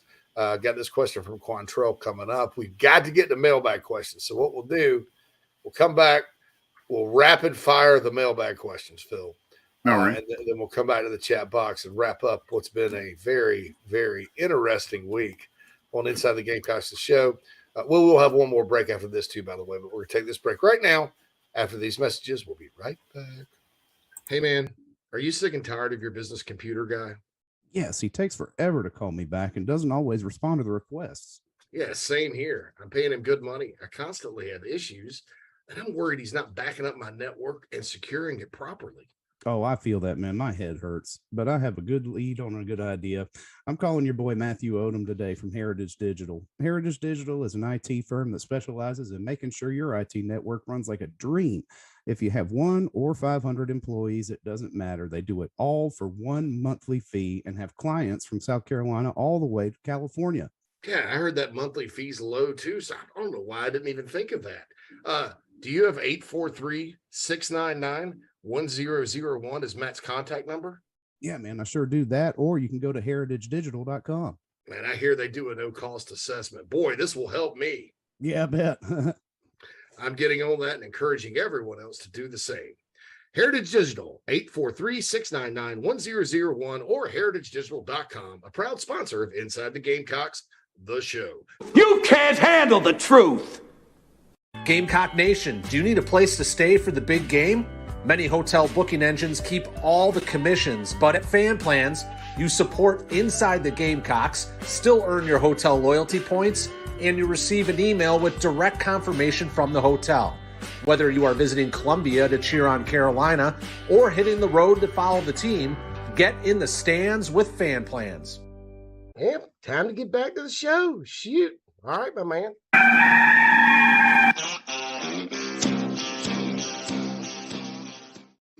Welcome back to Inside the Gamecocks, the show, everybody. JC Sherbert, Phil Mullinax here with you. Show's brought to you by Express Sunrooms of Columbia. Give John Barbour a call, 803-446-4662 to get your outdoor retreat going. Have a little chat about that. It's free for them to come in and give you an estimate and talk about your needs. Yeah, what you got, man? I was like, backyard retreat, Bo. Backyard retreat, Bo. Yeah. He says Bo a lot. He's like, Bo, I'll just tell you this right now. Great. He was fun to have. I'm looking forward to having on here. One of the most unique human beings I've ever met in my life, but great freaking guy, man. Yeah. So, and tell him about the Burgesson team. I know I interrupted you there. Oh, yeah. Call Adam Roderick or shoot Adam an email at abergeson. That's ABERGESON at remax.net for your commercial and investment real estate needs. They are based right out of Columbia. I think Lake Murray area, right? Yeah. Yeah. And then the OG of my sponsors, the I Help Consulting Mailbag. That's right. Let's pull that up. Let's go. So you start with John here at the bottom, John Burrick, and we'll go from there. John Burrick, JC, and Phil. Just wanted to thank you guys for putting on the show. Thanks for listening, John. As a City of Charleston police officer, listening to you while I'm on patrol is the highlight of my day. This has been a great year for Gamecock football, highlighted by the fact my 8-year-old son, Jack, finally got into football and watched the games with me this year. That's awesome, John. Yeah, it's all about family, man. He decided Marshawn Lloyd was his favorite player. Good choice. And Santa is going to bring him a Lloyd jersey for Christmas this year. No question. But just wanted to thank you guys again for the show and let you all know we're doing a great job. Well, thank you, John. We appreciate what you're doing down there in the city of Charleston and happy to see that the fans getting on board. Yeah, John, Uno brand is Marshawn's like NIL gear. I've got something. I've got something from him, a sweatshirt. It's really cool stuff, and he's kind of got a message behind his gear. So if you're looking for that extra little stocking stuffer, go to Uno brand. If you go to CarolinaRise.com and scroll down, I've got all the players. I took Jaheim Bell's off the other day, but I've got the other players that like the Rattler gear and all that good stuff. So if you're looking for a place to go shop and help the players and buy some really unique stuff clothing wise, head to CarolinaRise.com. You'll have to scroll down because it's the website leaves a lot to be desired formatting wise. I know that, but scroll down And we have a section there that has a lot of the football players' personal gear that they sell, and they get that money. That's their enterprise, right? So that's where you go to do that. And if you that's my favorite iteration of NIL too, JC. I think that's kind of what the spirit of it was all about anyway, was them being able to promote themselves and market their brands without, the NCAA telling them they can't do a cooking show on YouTube and, sell their own T-shirts. Yeah, Mr. White has a question. Yeah, the cooking show on YouTube was what floored me. I was like, you guys are a bunch of Nazis. It's like the SS. I mean, you guys with your stupid rules. Actually, yeah, trust me, your YouTube Google ad dollars are not killing it on. And the guy, it wasn't like he was sitting there talking football. The fact he was a football player had nothing to do with his cooking show other than his audience. He's like an actual dude. Was a good cook, man. Mm-hmm. Made me hungry. I'll say this too. I'm going to quit using Nazis because people use Nazi too. It's easy to call somebody a Nazi these days. I'm going to save that for the really evil people. I think that the NCAA is a lot like my dog. He has his rules, and if you violate them, he'll go bark at you, right? But he has a very uneven and nonsensical way of enforcing them. Right. Yeah, that's right. Yeah. Not a very even temperament. Yeah. So right. They say dogs have the emotional intelligence or intelligence of maybe a 1 or 2 year old human. I think the NCAA is probably a little bit lower than that, mostly across the board. But there are also people that I think would, stick their fingers in their rectum and refuse to say it stunk.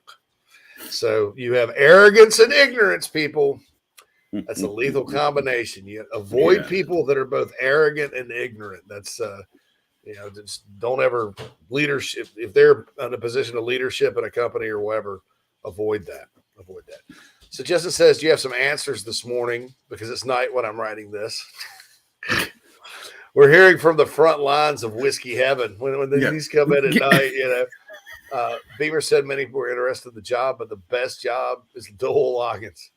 Was there really not much interest? Was not enough money? Is Shane's blind spot the same as Muschamp's? Does Shane strike out? Go with his first, like Browse, his first. Also, I know that enough to know this. Kendall Browse was not his first choice, and was not. And I'll say Kendall Browse was never offered the job. He did not turn it down. He was never been offered it. And goes with first choice's recommendation, Loggins. No, and I can answer that without a shadow of a doubt. That wasn't Justin. I mean, that wasn't Browse turning him down, saying, "Hey, go hire this guy." That kind of thing. Soda City says, I hope this, he said, Kenny Loggins. He said, welcome to the danger zone. I hope it works. Why go in all this weird NFL thing? It doesn't work. It's not what Alabama, Georgia, Ohio State, and Clemson do. Well, I will remind you, Ohio State's offensive coordinator that's now their head coach is from the NFL. Clemson's continuing to promote from within. Since Chad Morris, Alabama's offensive coordinators from the NFL, and Todd Monken was in the NFL. And Alabama, Georgia are both pro-style offenses. Ohio State runs a little bit more spread, and Clemson too, but that is what they do. Now, here's the difference. Todd Monken and Bill O'Brien at Alabama, Georgia had lengthy track records being good in college, at the college level. What would be scary about Dowell Loggins is no experience calling plays in college, that kind of thing. And I think Monken was pretty bad in the pros, but Bill O'Brien had good moments, before. But you even see he struggled at the end. So, but Soda City, never fear, because it's not looking as likely as maybe it was last week. All right, so Jonathan, who got Jonathan? Wants to read that. This cannot be Beamer's fault. He has done too many smart things to do this. Concerns about this hire. 1, results been fired everywhere for lack of production. It's everywhere. All of those are NFL, I would qualify. 2, length of time at each stop. Again, NFL. 3, Arkansas was the only barn burner against the Cocks. 4, another pro offense. 5, supposedly in on head coaching gigs. So if it goes well, same boat next year. Could it be that the OC hot board candidates all passed for perceived easier jobs? Is the administration handcuffing Beamer financially? Thoughts? I don't think Beamer's being handcuffed at all, from what our understanding is. Probably right the opposite, that he has lots of money available to him to make a good decision. I don't know about other candidates. I mean, here's the thing. On these hot boards, we're throwing around a lot of names, a lot of big time names. But like, JC just said, some of these guys may not even be considered by Shane Beamer to be part of the may not be on his hot board, let's say. Yeah, like some of it is guys that are interested. Yeah. Yes. And then there are some that are interested. But there may not be mutual interest. So it was like, we just really don't know until, the pens to paper and the contract gets signed. It's going to be just this cloudy question mark that flops around, and you got to go with, your best people. And if your best people are saying one thing, it's leaning one way, then, if it's strong enough, you put it out there. It's not like anybody was trying to purposefully mislead or, take over the or just making it up. I know how we can have our biggest day on the show, JC. I called him up the other night drinking. Think of a name. Dowell Loggins. Boy, that sounds like a funny name. We'll have some good fun with it. If Liam Cohen would have been Liam Cohen, by the way, went back to Kentucky. I don't think he was a serious. Let's just say I'd have been surprised that Shane gone in that direction, but Liam Cohen going back to Kentucky is the OC. So maybe he did want to come back to college. If it were Liam Cohen, Liam, and Dowell Loggins, Cohen, give me your bagpipes, Anyway, I like different guys that aren't necessarily getting a lot of, run on the hot boards. Like I have been looking into this Shanahan guy out of JMU. I find him to be a very intriguing candidate. Yeah, the only thing about him is he doesn't coach quarterbacks. You'd have to go hire a quarterbacks coach. Yeah. And finally, where they could call a couple. Me too. I know a couple of 3 on speed dial. 2 are from Burns, and one's hanging out in Columbia that used to be there. That would make everybody feel happy about themselves. Yes. Shane Phillips. Can you guys ask Tough Pecker who the new OC is going to be? I feel like that information would be as accurate as anything else we've seen. LOL. Love the shit. You're still in here, Tough Pecker? Keep up the awesome content. Yeah. Now, look, the Dowell Loggins stuff was legit, man.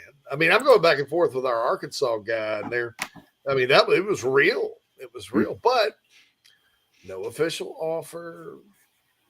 And looks like he's just going to stay.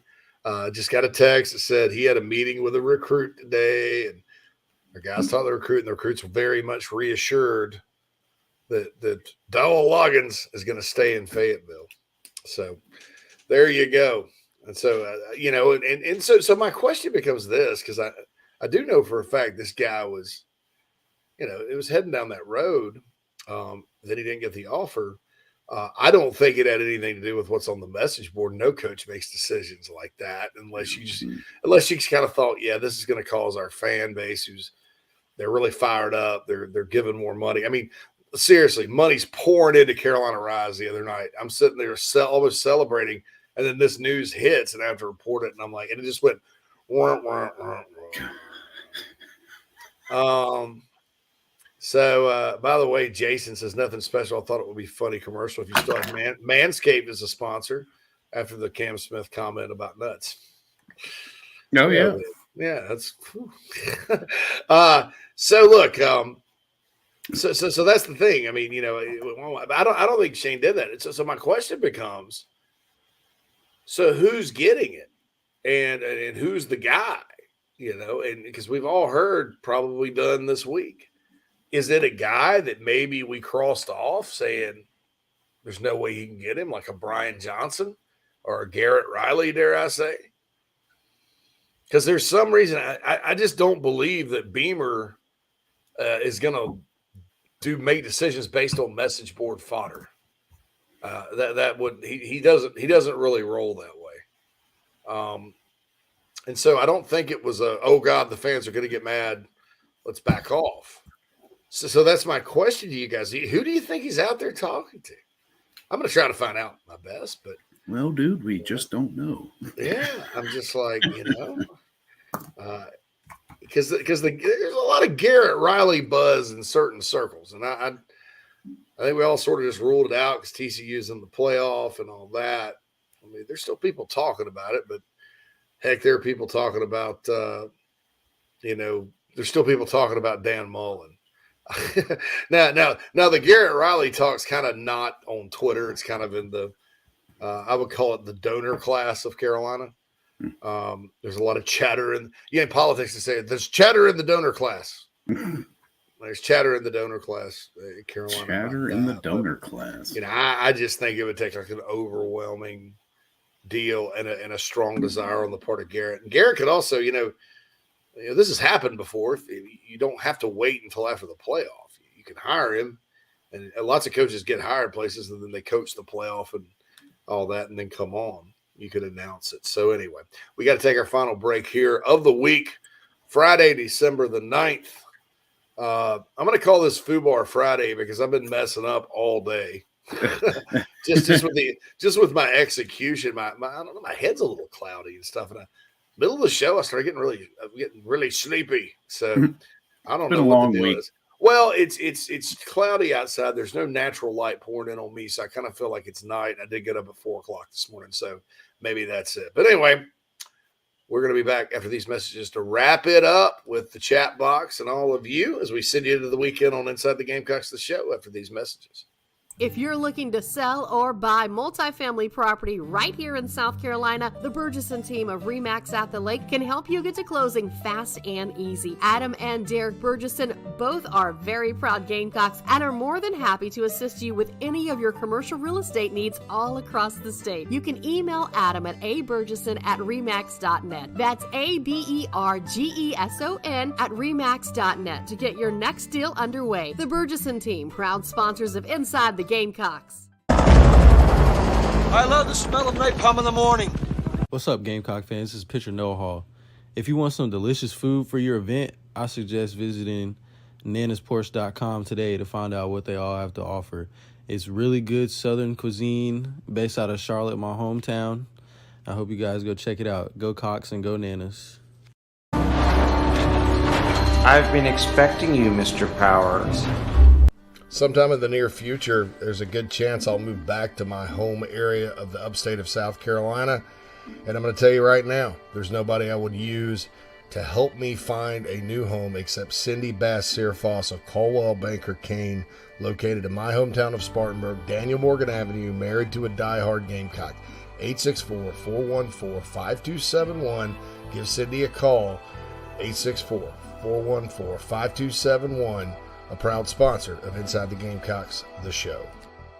Family vacations, a new car, a new boat, all cost money, but you don't necessarily have to make more to afford any of that if you can save cash that's flying out the window now. iHelp Consulting can help you finally get the kids to Disney World, upgrade the minivan, or drop that new boat in the water next summer. Let Daniel and iHelp Consulting consult with you. No fees, just savings. You pay them a percentage of those savings. Save on essential services, credit card fees, you name it, let them find it. These folks are incredible. iHelpConsulting.com. How can I help you? Hey, Mo Cowboy here from the Carolina Gamecocks. You're listening to Inside the Gamecocks, the show with JC and Phil.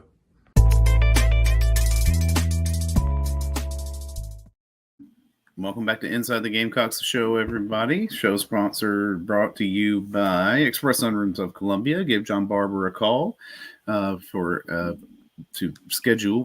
I'm sorry, I got distracted reading something on the internet. Welcome to my world. Distracted by the internet here. I know that's why I'm distracted. I know. There's a lot going on. Going on, people. Yeah, give John a call to set up a free consultation about your outdoor retreat today. 803-446-4662. And of course, second hour of the show is brought to you by the Burgesson team at Remax at the Lake. Give Adam or Derek a call or shoot them an email at aburgesson. That's ABERGESON at remax.net. All righty. We thank all our sponsors for everything out there. Award-winning Nanosport StreamYard, or sorry, chat box. My God, JC. Here it is. No, Kevin's got it. Get your head in the game, clown. Clown. Clown. Clown. Give me a beef sandwich, clown. Chuck says check out early. 84-year-old mom Christmas shopping. Be careful, Chuck. Have a safe weekend and stock up on Pedialyte. Amen, sir. Amen. Saunders says Shane seems like the type of dude to put out some fake names to see where the leaks are coming from. See, this didn't leak. I tracked it down and asked. So it didn't leak. I saw that put forward on Twitter the other night. It was like this name is just to see where the leaks are. I'm like, that's called a red herring. Okay, Yeah, you put something out that's not true. And if I hadn't heard this guy's name a few months ago, I may be inclined to believe it. But I tracked it. I mean, I'm pretty confident that's where things stood. And KFC says, "What happened to all these people interested in the OC job from Shane?" That's what I'm thinking. I'm thinking that because of impatience, everybody's like, "Well, all these guys are out, and he can't find anybody." That may not be true. There may be some guys out there that have never been off the board, right? Grover said he's going to the portal, transferring to Waffle House. Man, I could use me some scattered, smothered cover. They don't. Same. That sounds. The closest Waffle House to here is 175 miles south. Boy, toward the southern part of Illinois, which is just like South Carolina. Believe it or not, there's nothing wrong with that at all. Berg says JC didn't fold to the message board. He didn't. I'd be disappointed and shocked at Shane. Like, I would be more disappointed in Shane Beamer if he did that than if he went and hired Kurt Roper to come back to South Carolina and call the offense. Kreger says A&M probably wants Riley too. I don't know, man. That's a lot of that's a clash of the Titans waiting to happen down there. Sauter says Joe Brady ain't happening. Well, he did turn down Oregon. False report. I don't know. Now she can get her shots again. 5 o'clock shadow was really showing. I don't know what that is. Getting your game in the game, clown. What about Zach Kitley? He was at Western Kentucky. Yeah, he wasn't there with Clayton White and Jimmy Lindsey, though. He's at his alma mater, Texas Tech. Now, he was on our hub. I think we took him off the hot board today because he hadn't heard anything about it. James Sinton says, get Mike Shanahan. Who's going to coach quarterbacks, though? And if you're trying to get Rattler back and all that, I mean, you're going to give him a guy's never coached quarterbacks, so that probably wouldn't make any sense. Segi says perhaps Connor Shaw could be the quarterback's coach. Could be. Lance is happy again. Lance, play it. What's up? By the way, Lance, I sent your 1801 Club magnet in the mail. Krager says, how often do you shave the dome? I shave mine daily. Oh, well, if I could show y'all, I actually have hair. Oh, Phil. I need to shave mine. I was actually going to do it today, Craig. Sometimes I let it go, just get lazy. Sauter says, JC, let me have this. All right. I can't consume any more alcohol. He said. Saunders says Waffle House franchises are cheap. Just saying. Anybody want to build a Waffle House in Homer Glen, Illinois? I'm all down for it. It's a Waffle House kind of place. Boy, good God. I could see in there, like you'd walk in there in the morning, be like 9-10 people in there, and you hear airs, beef, pork chop. The pork chops would be, hey, give me the pork chops. Do you have Italian beef and Jardiniere? Okay, good. I think it'd be very popular because, like, the Dunkin' Donuts here is literally in a gas station, and they have a table, and the old dudes or older dudes. I mean, I'm an old dude, just a little older than me. Retired guys, retired gentlemen. How about that? Sit around and have coffee and gripe Yeah, this JP Pritzker, don't like him. Like the Hardy sets down here, like that. Yeah. Well, I think a Waffle House would be extremely popular. I've never seen one fail. No, not. James says, "I'm sure we can get out the quarterback coach. Mike Shanahan has a name and would stay there a while." Okay, I'll. He's not related to Kyle Shanahan and Mike Shanahan, the older Mike Shanahan. Yeah, different. Yeah, no relation. He's a different Shanahan. These are the Shanahans from Dublin, are the other ones. This is the Shanahan from Belfast. Belfast Shanahans. He knows Doyle Loggins really well. Now I remember Mike Shanahan from Pitt. He played tight end there. Good player. And I think he's a hell of an OC. I'm just like, right now, you need a quarterback coach OC. And you need a pretty good quarterback coach, too, I think. Because I'll tell you, folks, there is no tomorrow. With the portal and all this crap today, there's no tomorrow in college football. Every year, you're going to have to reset your roster. And instead of saying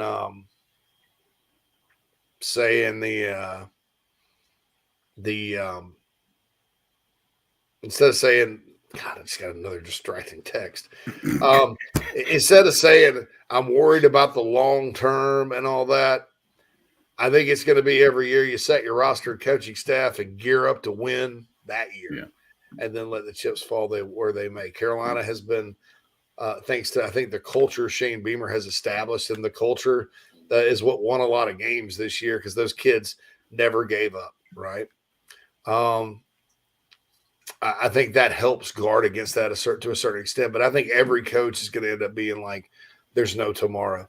So, hey, you hire Joe Brady. He comes in here like he's at LSU and he's at 1 year. It's worth it if he leaves and everybody else leaves. If you get to Atlanta and play for your second SEC title ever, and you better get to Atlanta while you can, while there's divisions. When there's really like one really dominant team you have to beat, because there's going to be about like 9 that you have to be better than to get to Atlanta from now on. But look, I'm going to say this, that's the mindset of the game. And I'm the same way. I'm like, oh, you don't want a guy's one and done. Shoot, man. And somebody said earlier, you don't choose a coordinator based on what your players want. And I agree, or a handful of players.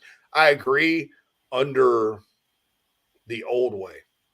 But I think now, I mean, you sit here and don't do the very best you can next year by passing on a coordinator you think is just going to up and leave for the next big job, but he'll come in and help you win games.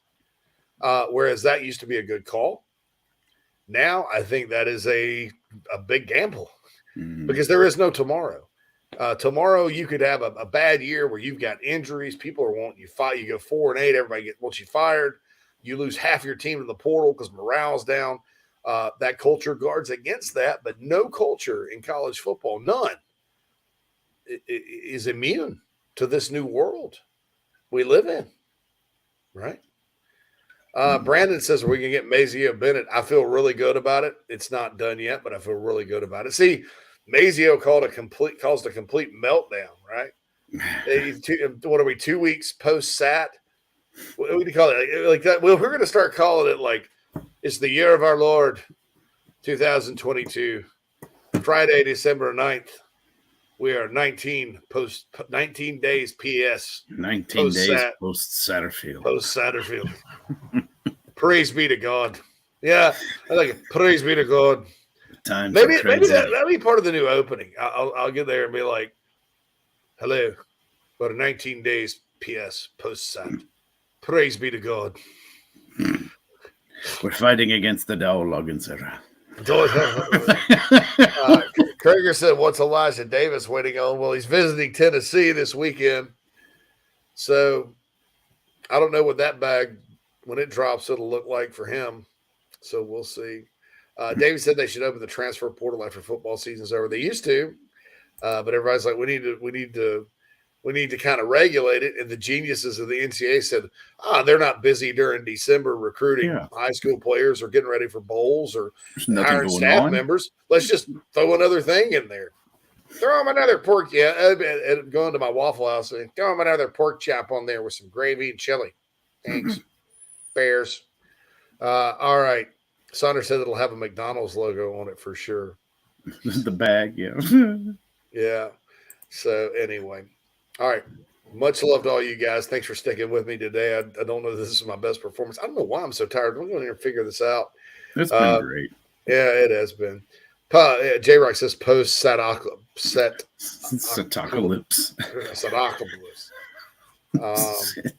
Brandon says, how did Marquis Anderson end up signing on the 7th? He probably signed the paperwork and didn't fax it in yet. Yeah, I'm just been holding it in until 21st. Yeah. KFC says, how many tight ends do we take now since we're training? I can see 2 from the portal and as many as 4 from high school. If you count Nick Harbor, it'd be like Nick Harbor, Reed Masaka, Connor Cox, and Cameron Sandlin. And then I think they'll probably try to get 2 from the portal too. But does that say something about the offensive style that's on its way, that maybe tight ends are kind of just bailing? I know Jaheim didn't bail because Jaheim's not a tight end. But the rest of them. I'm very curious about that, Mr. Bigglesworth. Anyway, guys, thanks so much for tuning in. We love our Nana Sports chat box. We love the iHelp Consulting Mailbag. We got some guests coming up next week. We got Michael Bratton coming back next week. Yeah, Michael Bratton will be in Tuesday, and then working on a couple more. Of course, we'll have John Barbour back on because he's going to be a regular occurring guest here. And don't forget Keith. Keith will be back. That's on right. Monday. Keith on Monday, of JB, course. Chris Phillips, our cast of characters, and we got some more folks coming on, so it'll all be awesome. For Phil Mullinax, JC Sherbert, everybody. Go run down your dreams this weekend. And to Lance Player, have a couple of Busch lattes for me. Phil, you have a couple of Modelo's for me. Indeed. I'll have many. Every year they have this huge party for the Army-Navy game. The bar owner's a Navy guy and played on the 84 Navy team that beat Carolina, so I get a lot of crap from it. But he gives out free Navy gear, and I think it's cool. So we always go to that tomorrow, so we'll have fun. Anyway, guys. James, who's calling the bowl game? Shane's not going to announce it. So if I find out, I'm not going to announce it either because originally I said you got to shield that guy in case things go wrong. But Shane thinks it's going to be a strategic thing. So I don't know. It's going to be an army. I mean, a kind of a group effort, if you will. My guess is Freddie Kitchens will have a little bit to do with it. Zeb Nolan, maybe. Zeb Nolan may be the best play caller that out of all the guys you've heard that you could hire. Just can't give it to him now. All right. Sorry for talking too long. Gamecocks are a passionate subject. I hope there's nothing that destroys the message board this weekend, folks. Have a wonderful one. For Phil Mullinax, JC Sherbert, this has been Inside the Gamecocks, the show. Have a great day.